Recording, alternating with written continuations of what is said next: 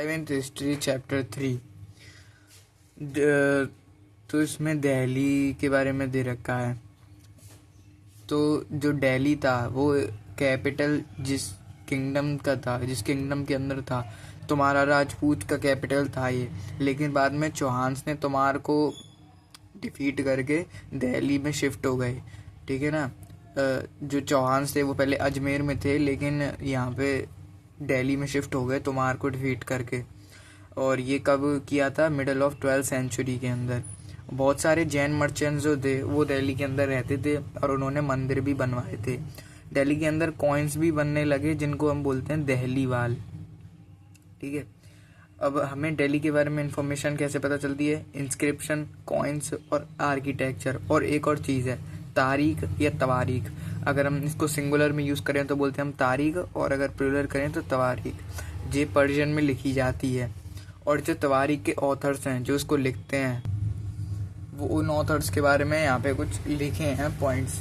तो जो थे वो लर्न में थे, मतलब बहुत होशियार लोग थे, जैसे कि सेक्रेटरीज, एडमिनिस्ट्रेटर्स, पोइट, कोर्टियर्स। और वो शहरों में रहते थे, मेनली दिल्ली के अंदर ही रहते थे और विलेजेस के अंदर बहुत कम रहते थे। और ये हिस्ट्रीज लिखते थे इन होप ऑफ रिवॉर्ड्स, इस उम्मीद में कि इनको गिफ्ट वगैरह मिल जाएंगे या फिर राजा के द्वारा इन्हें कुछ दान वगैरह मिल जाएगा। और ये जो रूलर्स होते थे उनको ये एडवाइस देते थे। जैसे एक एडवाइस इन्होंने दी थी आइडियल सोशल ऑर्डर की, मतलब ये फॉलो कर देना चाहिए। आइडियल सोशल ऑर्डर कौन सा था? मतलब इसमें दो चीज़ें बताई थी कि बर्थ राइट, और जो ideal social order birth right पे बेस्ड होता है और जेंडर डिस्टिंक्शंस पे। जेंडर डिस्टिंक्शंस मतलब मैन और वुमेन के में भेदभाव। तो इन्होंने बोला था कि मैन जो है वो फिजिकली पावरफुल होता है वुमेन से, और गॉड ने जो डिस्टिंक्शंस बनाए हैं उनको फॉलो किया जाना चाहिए। बायोलॉजिकल डिस्टिंक्शंस भी हो सकते हैं, वो सोशोलॉजिकल भी हो सकते हैं। तो मोहम्मद ऑफ घोरी की डेथ के बाद कुतुबुद्दीन ऐबक ने स्लेव डायनेस्टी स्टैब्लिश की थी। तो कुतुबुद्दीन ऐबक के बाद स्लेव डायनेस्टी में कौन आया था? इल्तुतमिश। और इल्तुतमिश के बाद आया था उसकी बेटी रज़िया। तो मिनाज-ई सिराज जो थे एक क्रॉनिकलर थे, ठीक है। तो उन्होंने ये एक्सेप्ट कर लिया था कि जो रज़िया है वो मोर एबल रूलर है उनके सब भाइयों में, मतलब उसके जो भी भाई थे उनसे ज़्यादा वो ब्रेव है और ज़्यादा एबल है। लेकिन जो मिनाज-ई सिराज थे वो एक वुमेन क्वीन को एज अ रूलर एक्सेप्ट करने के लिए कंफर्टेबल नहीं थे, और जो नोबल्स थे वो भी ये इस बात पे खुश नहीं थे कि एक औरत हमारे ऊपर राज करेगी। ठीक है ना। तो यहाँ पे ये बात हो गई थी। अब दिल्ली का एक्सपेंशन कैसे कैसे हुआ? 45 टाउन्स से हिंटरलैंड तक इस चैप्टर में पूरा दे रखा है। हिंटरलैंड पे तो कंट्रोल ही नहीं था बिल्कुल। और जो सुल्तान्स थे, सुल्तान्स का दे रखा है यहाँ पे, मतलब सुल्तान्स थे वो किस चीज़ पे डिपेंड थे? ट्रेड, ट्रिब्यूट और प्लंडर पे डिपेंडेड थे। ठीक है ना। तो इन्होंने दिल्ली का एक्सपेंशन कैसे किया, अपना रूल कैसे जमाया, वो सब इस चैप्टर में दे रखा है। अब प्रॉब्लम्स क्या थी इनके लिए? तो जो थे, क्या नाम था इनका, सुल्तान्स के लिए, तो इनके प्रॉब्लम्स ये थी कि ये पहले बंगाल में थे, ठीक है। तो जो बंगाल से दिल्ली को कंट्रोल करना काफ़ी ज़्यादा डिफ़िकल्ट था। और दूसरी बात वेदर बिगड़ जाता था। और इन्वेजन ऑफ मंगोल्स, मतलब जो मंगोल्स थे वो भी इन पे कभी कभी हमला कर देते थे, उनसे भी इनकी दुश्मनी चल रही थी। अब कंसोलिडेशन एंड एक्सपेंशन, उन्होंने एक्सपेंशन और कंसोलिडेशन मतलब कब्जा कैसे किया दिल्ली के ऊपर, उसके ऊपर यहाँ पे पॉइंट्स दे रखे हैं। तो इंटरनल फ्रंटियर और एक्सटर्नल फ्रंटियर। इंटरनल मतलब अंदर की साइड और एक्सटर्नल मतलब बाहर की साइड। तो इंटरनल फ्रंटियर पे कब्जा करने के लिए उन्होंने जो हिंटरलैंड थे उन पे कब्जा किए सबसे पहले। हिंटरलैंड वो जगह होती है जो कोस्ट से दूर होती है, बीच में होती है मेन सिटी के अंदर, ठीक है। तो इसके जब ये चीज़ वो कर रहे थे तो फॉरेस्ट क्लियर किए गए, गंगा और यमुना के दोआब में जो थे वो फॉरेस्ट सारे क्लियर कर दिए गए थे। और एक्सटर्नल फ्रंटियर के लिए मिलिट्री एक्सपेडिशंस किए थे सदर्न इंडिया की तरफ। और किसके राज में हुआ था ये? अलाउद्दीन खिलजी के, ठीक है। तो एडमिनिस्ट्रेशन अंडर खलजीस और तुगलक्स कैसा था? तो इनको एक रेलिएबल गवर्नर्स चाहिए थे कंसोलिडेशन के लिए, मतलब जो इनको धोखा ना दें और इनके लिए ईमानदारी से काम करें। तो उसके लिए इन्होंने स्लेव्स परचेस्ड किए जो कि मिलिट्री सर्विस प्रोवाइड करेंगे, और उन स्लेव्स को नाम दिया गया बंदगा, पर्शियन में बंदगा बोलते हैं, ठीक है। तो ये इन स्लेव्स को ट्रेन किया जाता था इंपॉर्टेंट पॉलिटिकल ऑफिसेज होल्ड करने के लिए। और इसके आउटकम्स क्या है, इन्होंने स्लेव्स को रख लिया इतनी बड़ी पोस्ट पे, तो जो नोबिलिटीज थे उनके बीच कॉन्फ्लिक्ट हो गया, मतलब फाइट हो गई, एक आर्ग्यूमेंट हो गया कि तुम सर्वेंट्स को मोनार्क बना रहे हो, राजा बना रहे हो। तो जब भी कोई नया मोनार्क आता था तो नोबिलिटीज के अंदर कॉन्फ्लिक्ट होती थी और क्रिटिसिज्म ऑफ सुल्तान्स करते थे, क्योंकि लो कास्ट के लोगों को वो हाई पोजीशन दे रहे थे सुल्तान्स, इसलिए उनका लोग क्रिटिसिज्म कर रहे थे उनके खिलाफ।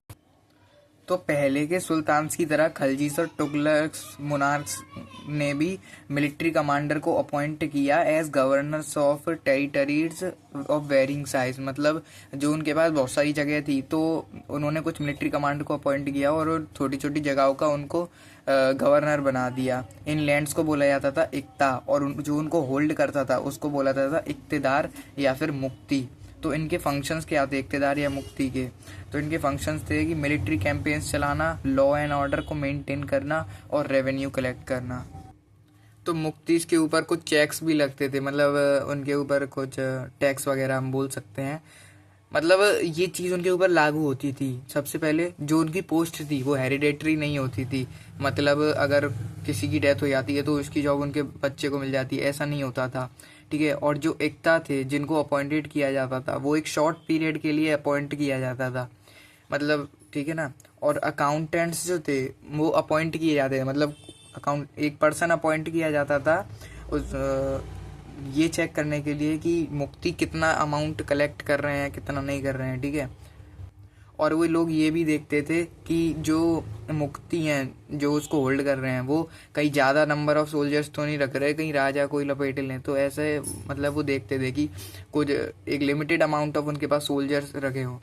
तो जो अलाउद्दीन खिलजी था उसका market control policy, price control, taxes जो थे, जो टैक्सेस मतलब सबके द्वारा पे किए जाए ऐसा उसने कहा था, ठीक है ना। उसका मार्केट कंट्रोल पॉलिसी और प्राइस कंट्रोल बहुत ही बढ़िया था, और टैक्सेस सभी के द्वारा पे किए जाना चाहिए, जैसे चाहे लोकल चिफ्टियंस हो चाहे लैंडलॉर्ड्स हो। और assessment of collection of land revenue, और जो लैंड रेवेन्यू का कलेक्शन था उसका भी उन्होंने अच्छे से जुगाड़ वगैरह कर रखा था। अब कौन से टैक्स लगते थे, तो सबसे पहले खराज, मैं पहले भी बता चुका है कि जो खराज होता था वो एग्रीकल्चरल टैक्स है, और जितना भी प्रोड्यूस निकला है उसका 50% देना पड़ता था। उसके बाद कैटल के ऊपर टैक्स लगता था और घरों के ऊपर भी टैक्स लगता था। तो जो मंगोल्स थे अंडर जंगीज खान, उन्होंने ट्रांसोक्सियाना पे रेड किया था, उनको लूटा था, जो कि नॉर्थ ईस्ट के अंदर है ईरान में। और ये कब किया था उन्होंने 1219 में। तो दिल्ली सल्तनत ने भी बाद में उनको फेस किया, किसको, मंगोल्स को। मंगोल्स को कौन रूल कर रहा था, जंगीज खान। तो उन्होंने ईरान को तो किया था, लेकिन बाद में दिल्ली सल्तनत को भी उन्होंने किया था, मतलब उनके पे भी उन्होंने हमला किया था। तो इसका आउटकम ये निकला कि दिल्ली जो सल्तनत था उन्होंने स्टैंडिंग आर्मी इकट्ठी करना स्टार्ट कर दी।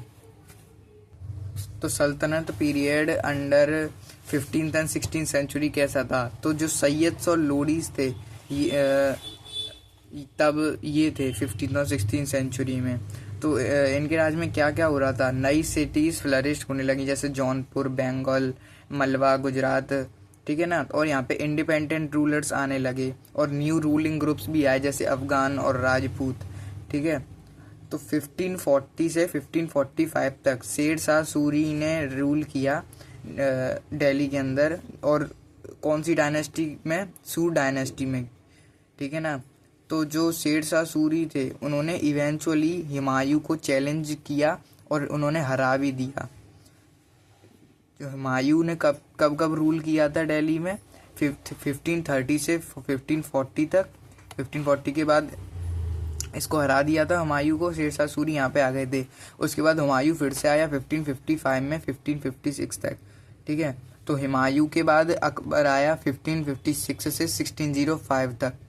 तो यहाँ पे एक और पॉइंट है कि शेर शाह सूरी ने अलाउद्दीन खिलजी के एडमिनिस्ट्रेशन से कुछ एलिमेंट्स बोरो किए थे, क्योंकि इसको पता था कि अलाउद्दीन खिलजी का एडमिनिस्ट्रेशन बहुत ही अच्छा है, तो अगर मैं इनको अडॉप्ट करूँगा तो मैं भी फ़ायदे में रहूँगा, ठीक है ना। तो यहाँ पे जी अब चैप्टर एंड हो जाता है। तो एंड इसका पॉइंट ये है कि अब अकबर का रूल 1556 से 1605 तक था, हुमायूं की डेथ के बाद, मतलब डेथ के बाद नहीं, हाँ हुमायूं के रूल के बाद।